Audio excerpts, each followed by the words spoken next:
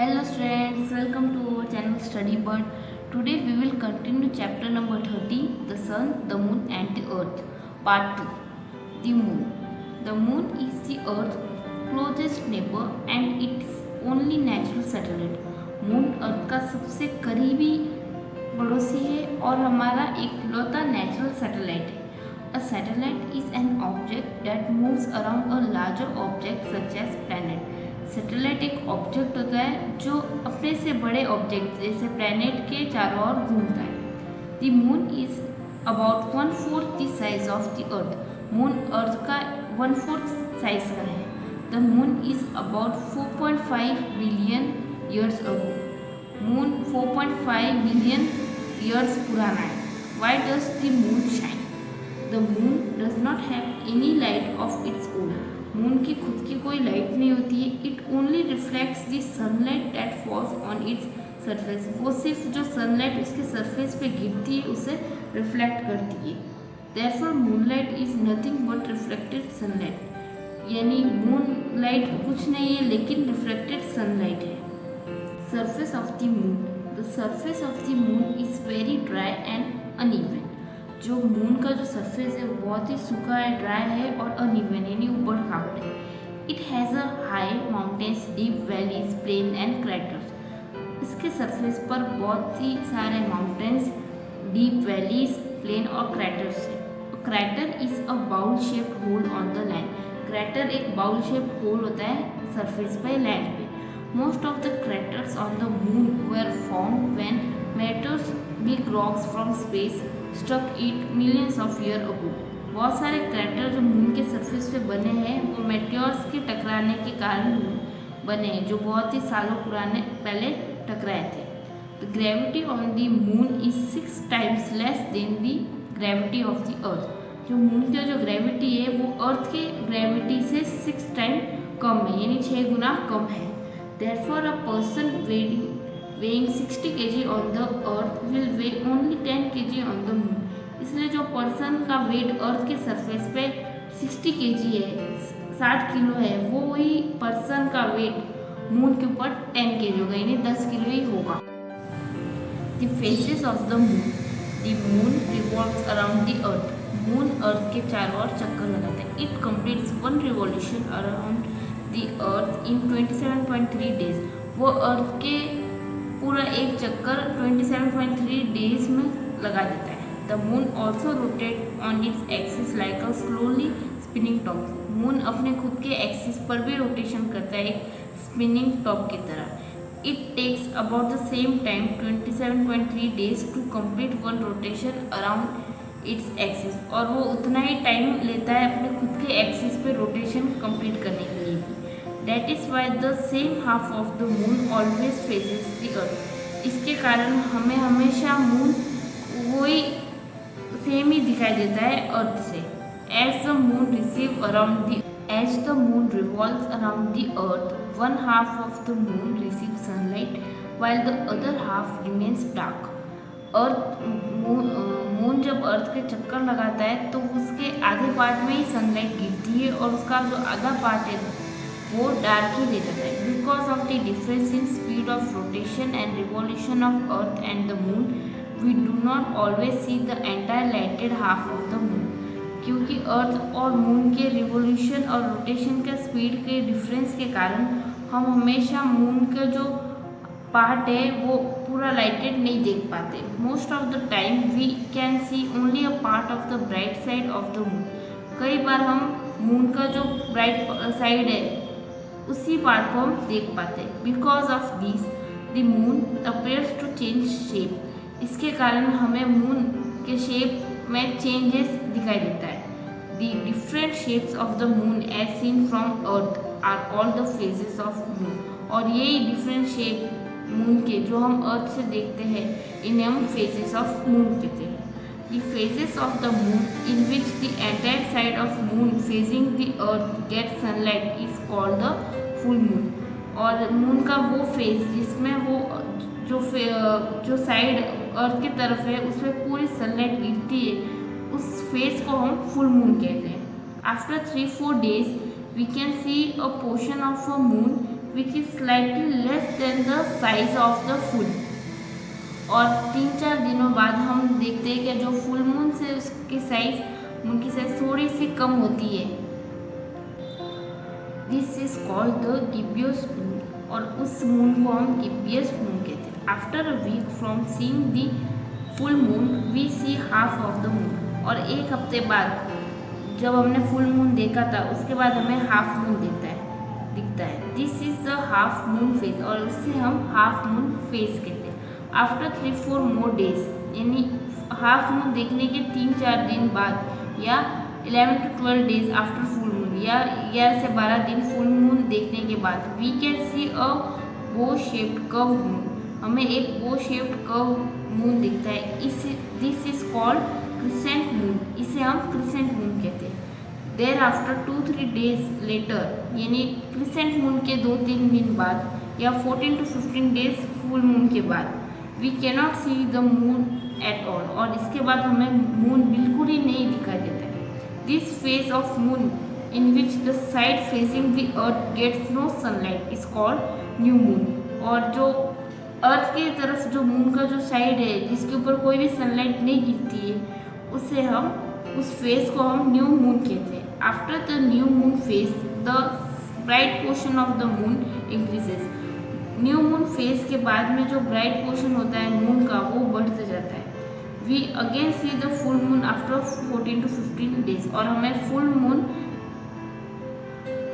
14 to 15 days के बाद में दिखाई देता है। When the size of brighter part of the moon appears to grow it is called a waxing moon, और जो ब्राइट पार्ट जब मून का बढ़ता जाता है, ग्रो करता है, तो उसे हम वैक्सिंग मून कहते हैं। When its size appear to decrease it is called waning moon, और जब मून का साइज कम होते जाता है, डिक्रीज होते जाता है, तब उस मून को हम वेनिंग मून कहते हैं। The time taken from one new moon to the next is called lunar month, और जो टाइम एक न्यू मून से दूसरे न्यू मून तक के बीच में लगता है उसे हम लूनार मंथ कहते हैं। Lunar relating to the moon, इसका कोई मून से रिलेशन है।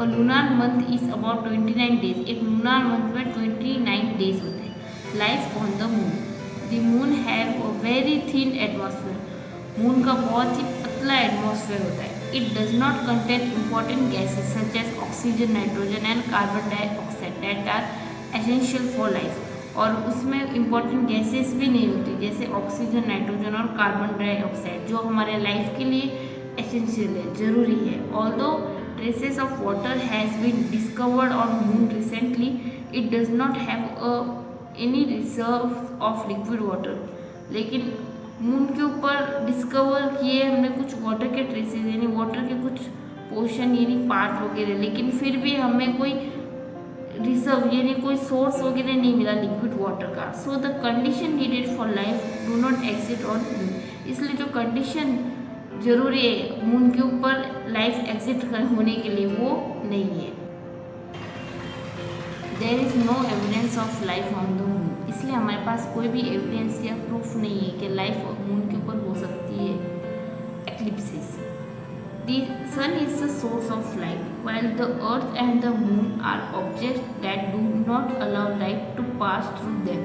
सन हमारे लाइट का एक सोर्स है, लेकिन मून और अर्थ ऑब्जेक्ट्स है जो अपने अंदर लाइट को पास होने नहीं देते। So they block the path of sunlight, इसलिए वो सनलाइट के पाथ को यानी रास्ते को ब्लॉक कर लेते। During their movement sometimes the sun, the earth and the moon come in straight line, इनके मूवमेंट के कारण कभी कभार सन, मून और अर्थ एक ही स्ट्रेट लाइन में आ जाते हैं। In such situations the moon और earth cast their shadows on the other, उस सिचुएशन में मून या अर्थ एक दूसरे की परछाई को कास्ट कर लेते यानी दिखा देते हैं। This result in blocking the view of sun और मून फॉर सम टाइम, इसके कारण हमें कुछ टाइम के लिए सन और मून नहीं दिख पाते।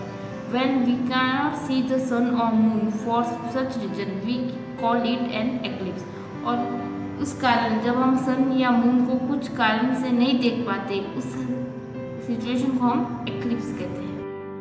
Solar eclipse, when the moon comes in between the earth and the sun it blocks sunlight and cast its shadows on the earth. जब मून सन और अर्थ के बीच में आ जाता है तो वो सनलाइट को ब्लॉक कर लेता है, रोक लेता है और उसकी शैडो को अर्थ के ऊपर बना देता है। So in those parts of the earth where the shadow falls the sun cannot be seen. इसलिए उस पार्ट्स में जहाँ पे शैडो गिरी है अर्थ के ऊपर, उस पार्ट्स में हम सन को नहीं देख पाते। This is called a solar eclipse, और इससे हम सोलर एक्लिप्स कहते हैं। When only a portion of sun is blocked by the moon it is called a partial solar eclipse. जब सन का कुछ ही पार्ट को मून ब्लॉक कर लेता है तब उसे हम पार्शियल सोलर एक्लिप्स कहते हैं। When the sun is completely covered by moon it is called a total solar eclipse. जब मून सन को पूरी तरह से कवर कर लेता है, ढक देता है, तब हम उसे टोटल सोलर एक्लिप्स कहते हैं। Lunar eclipse, when the earth comes in between sun and moon. जब अर्थ सन और मून के बीच में आ जाता है तो it block sunlight from reaching the moon surface. तब वो सनलाइट को मून के सरफेस पे जाने से रोक लेता है। दस the shadow of earth fall on moon, और तब अर्थ का जो शैडो होती है, परछाई, वो मून पे गिरती है। And we can not see the shadow part of moon, और हम शेडेड पार्ट मून का नहीं देख पाते। This is called lunar eclipse, और इसे हम लूनर एक्लिप्स कहते हैं, यानी चंद्र ग्रहण। During a partial lunar eclipse only a portion of the moon is covered by the earth shadow. जब lunar eclipse, partial lunar eclipse होता है तो मून का जो कुछ पार्ट है जो अर्थ के शैडो से ढक जाता है। In the total lunar eclipse the moon is completely covered bye earth shadow, और टोटल लूनर एक्लिप्स में मून पूरी तरह से अर्थ की शैडो से कवर हो जाता है। Man made satellites, the moon is earth only natural satellite. Moon earth का इकलौता नेचुरल सैटेलाइट है। Scientist have design many artificial satellite, और साइंटिस्ट ने बहुत सारे आर्टिफिशियल सैटेलाइट्स भी बनाए। These satellites are sent into the space by rockets to orbit the earth just like the moon orbits it।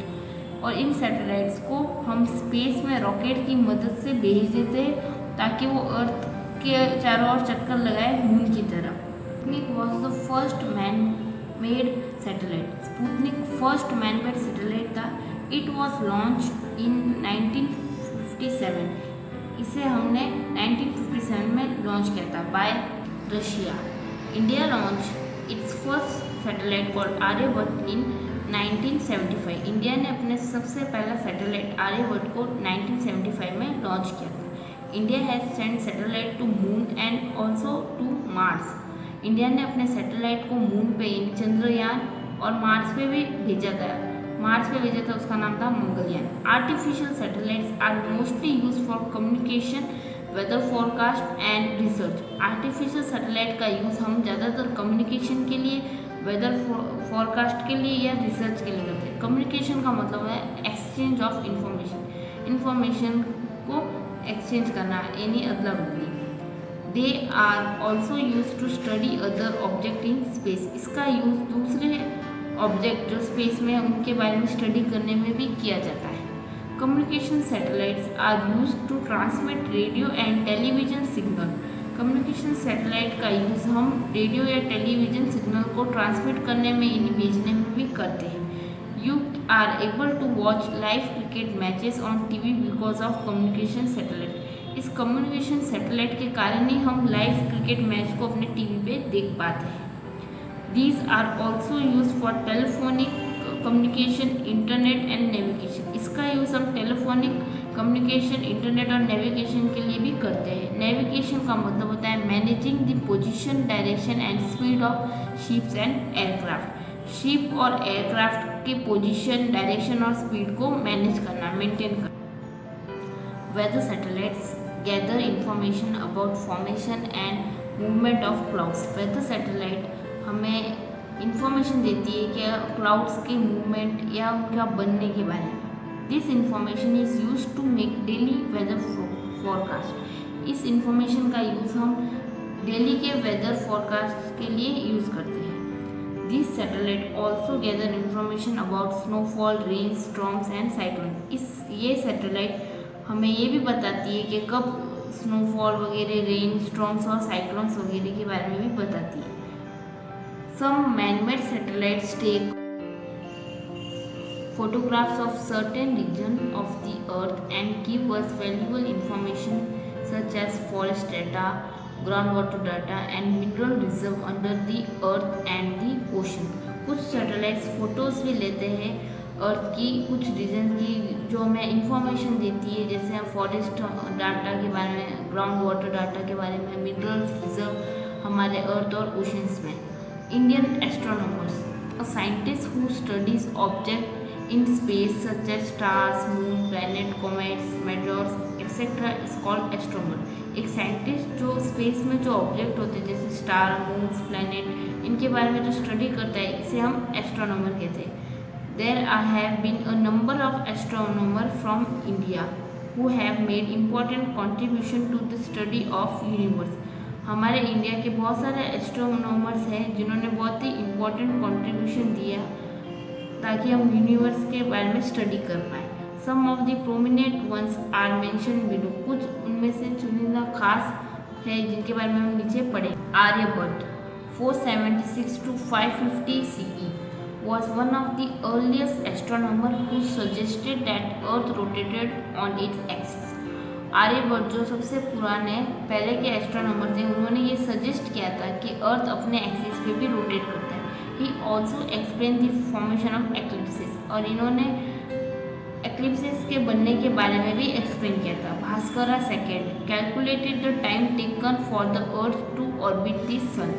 इन्होंने ये टाइम कैलकुलेट किया था कि अर्थ को सन के चारों ओर ऑर्बिट करने में जो टाइम लगता है वो उन्होंने कैलकुलेट किया था. The difference between his calculation and modern calculation was only 3.5 minutes. और जो डिफरेंस उनके और अपने आज के मॉडर्न कैलकुलेशन के बीच में था वो सिर्फ 3.5 मिनट्स का ही है. Meghnath Saha studied the chemical and physical condition of stars.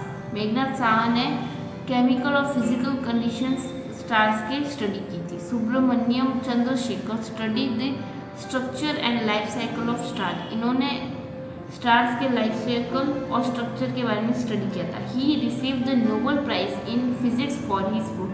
और इन्हें नोबेल प्राइज भी मिला था अपने फिजिक्स में काम करने के लिए. Jayant नारिकर have done important research on the origin of the universe. इन्होंने बहुत ही important रिसर्च की थी और बताया था कि यूनिवर्स का ओरिजिन के